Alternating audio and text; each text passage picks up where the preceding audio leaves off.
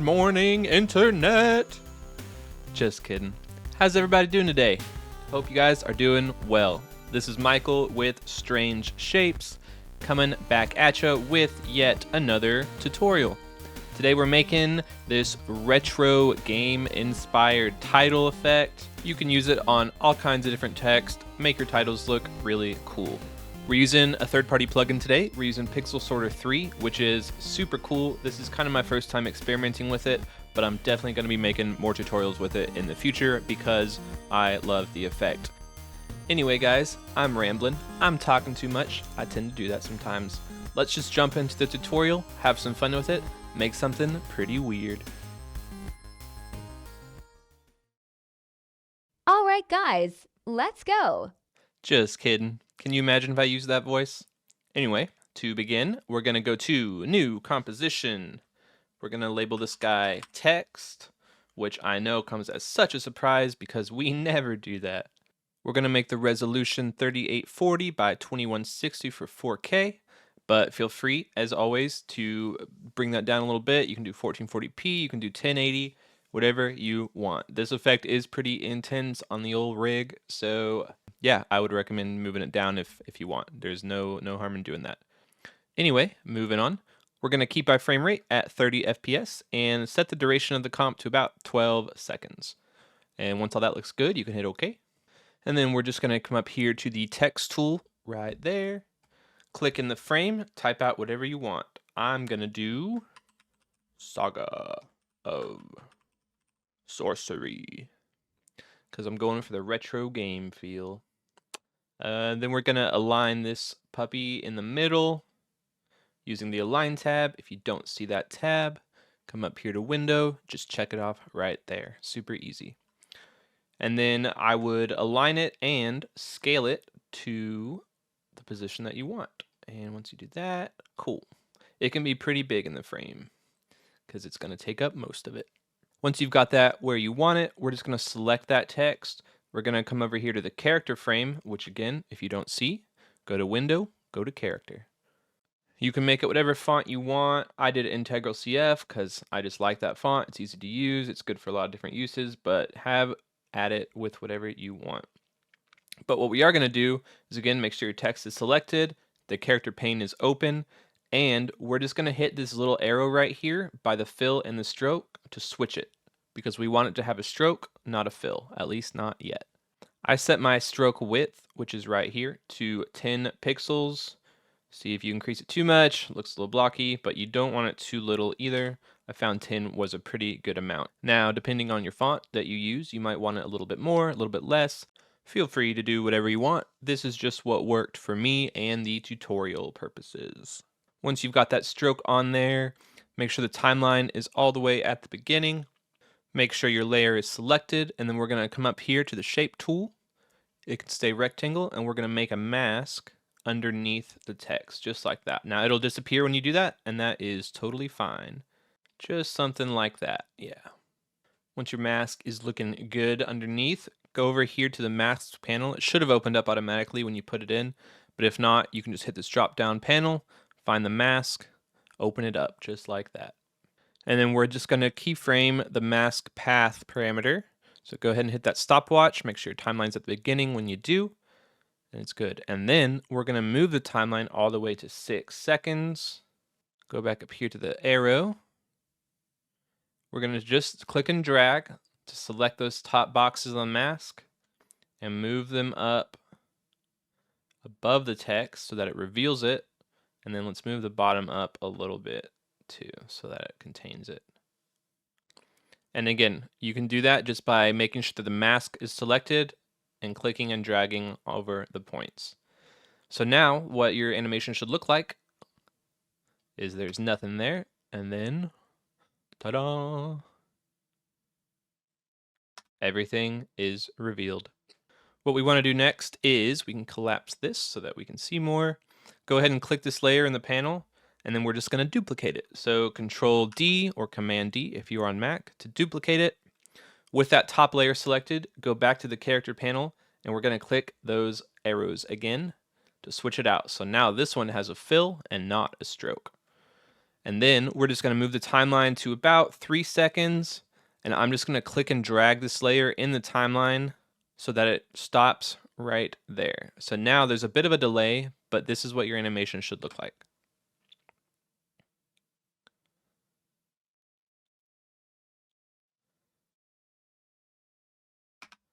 Sweet. Next, we just want to feather that a little bit so that it's not such a harsh line. So if you select both layers and hit the F key, it'll bring up mask feather. And we're just going to change both of those values to 90. So now, instead of a harsh line going up, it kind of fades. Got a little bit of a retro gradient fade. And then lastly, guys, we're just going to select both those again, hit the U key to bring up all the keyframes. Just go ahead and select all of them by clicking and dragging, just like that. And then I'm going to easy ease them by hitting the F9 key. And boom, one comp done. We're going to come over here to the new composition button. We're going to click that sucker. I'm going to label this one BG plus color effects. Everything else can stay the same. I'm going to hit OK. I'm going to drag that text layer in. Boom. With that layer selected, I'm going to go over here to effects and presets, and I'm going to type in shift channels, Old Faithful. Go double click it to apply. You can also click and drag it onto the layer, but with the layer selected, if you just double click it, it'll apply it automatically. And then we're going to do what we always do with shift channels.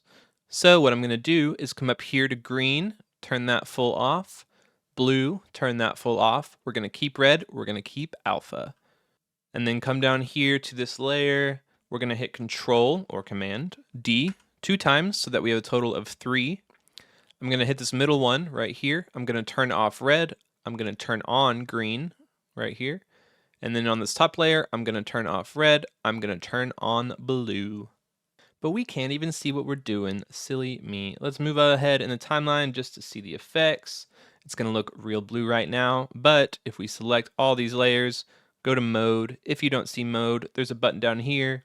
You can just click that until you see mode. Go to mode. We're going to change it to screen. You're going to see it all, but they're going to be on top of each other so it doesn't look like anything's changed. So let's change that. Go ahead and bring the timeline to the beginning. I'm going to stagger each one by 2 frames moving forward. So to do that, I'm going to hit the page down key 2 times. Page down moves you forward 1 frame. We're going to hit it twice to go forward 2 frames. Then we're just going to select this middle one, move it forward up to the timeline, and then do the same thing. 1, 2. Hit that page down key to move forward 2 times, move that layer forward a little bit, and then let's move this work area right here so that it starts right as the 3rd layer appears. Alternately, guys, you can zoom in on the timeline if you don't have a keyboard with a page down key or something, and you can move ahead frame by frame if you zoom all the way in. So all you got to do, just move ahead 1, 2 frames, drag that layer over, then move it ahead 1, 2 frames, drag that layer over. Works just as well. Next, what we want to do is select all these layers again. I'm going to hit the P key to bring up their position parameter. And then for each one, I'm going to hover over that stopwatch. I'm going to hold down Alt or Command if you're on Mac and click it to bring up the expression box. And then all I'm going to do is type in wiggle 5, 10. Boom, and click out of it. We love to wiggle. I'm going to click out of the box and then click in it again so that all the text is selected. I'm going to hit Control C to copy that, or Command C if you're on Mac. And then I'm going to do the same thing for each one of these keyframes. So just Alt click, and then all I have to do now is paste it in. So Control or Command V, and it'll apply that wiggle expression to each one. Once you've done that, they should all have that wiggle expression, and now your animation should be a little more jittery. Yeah. We're getting those glitch colors. It's looking nice, you guys. The last thing we want to do in this layer is let's hit Control A to select them all. I'm going to collapse them so that we have more room. And then in this panel, I'm going to right click, go to New, go to Solid. I'm just going to label this one BG Noise. It's white. And then I'm going to hit OK. I'm going to drag this underneath the layers. And then I'm going to come over here to Effects and Presets and type in Fractal noise because we want fractal noise. I'm going to double click that. It's going to look real crazy real fast, but we're going to make it even crazier. So let's change some of these parameters. We're going to come over here to contrast. I'm going to make that 1950. For brightness, I'm going to make it minus 600 so that we just see a little bit of the spots. But then we're going to open up the transform parameter right here, change that scale from 100 down to 20. And now it looks like we got a whole night sky. So pretty. And then we just want to move that timeline back to the beginning, the work area. I'm going to hit that evolution stopwatch right here. Then I'm going to just click and drag to move the timeline all the way to the end. And I'm just going to make that evolute, definitely not a word, by 10. So now this will essentially rotate through 10 times.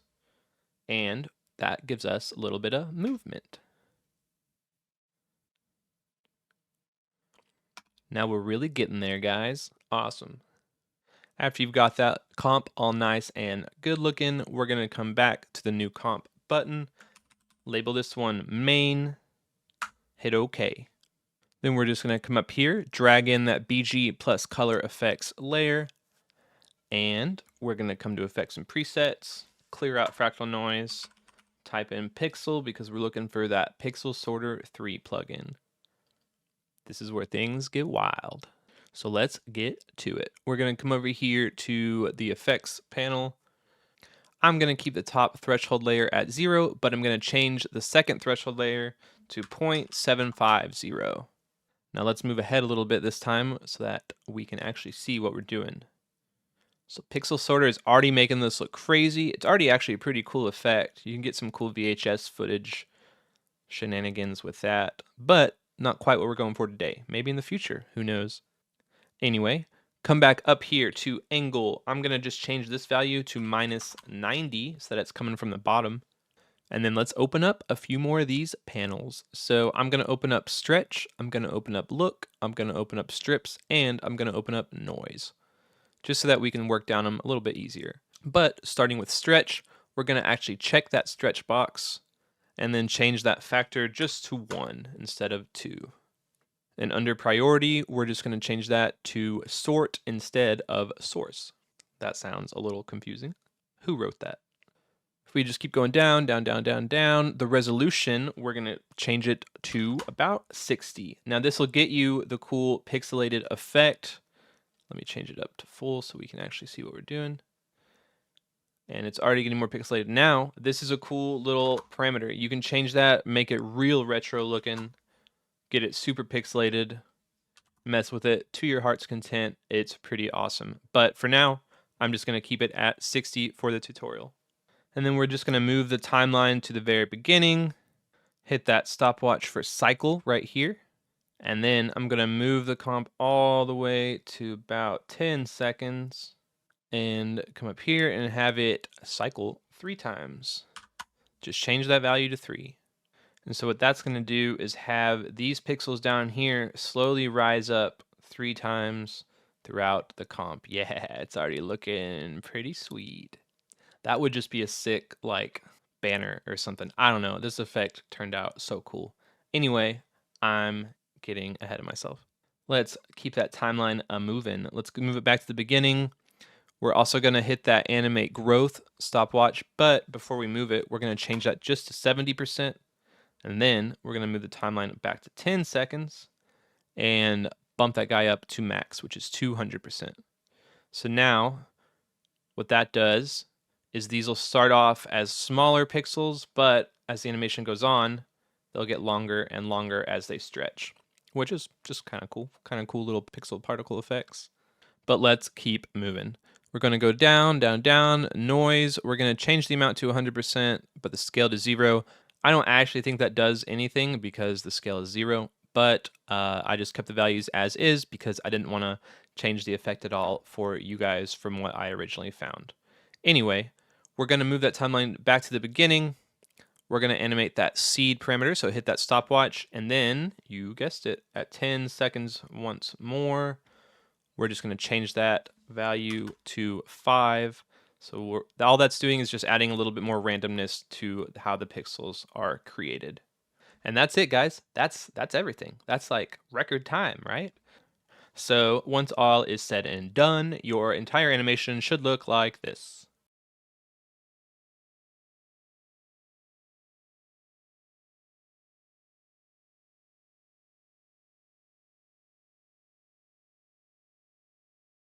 Hell yeah. Pretty crazy effect, you guys. I hope you liked it. I was feeling real retro this week, and I wanted to try a new plugin, and I'm glad it all came together. Thank you guys so much for watching. It means so much to me, and I love the interactions in the comments. Seriously, you guys, you're keeping me going. You guys are awesome. So keep up the awesome work, you guys. Keep making cool shit. Love what y'all are making. It's just this is just awesome, man. This is what I love doing. Talking to you guys, making cool stuff. That's the dream. Anyway, once again, I'm rambling. Let's wrap it up, and hope you guys have a great week. Hope you guys had some good holidays last week if you celebrated holidays. And regardless, I just hope everyone's doing well. Anyway, I'm going to go. I'll see you guys later. Have a great week. Peace.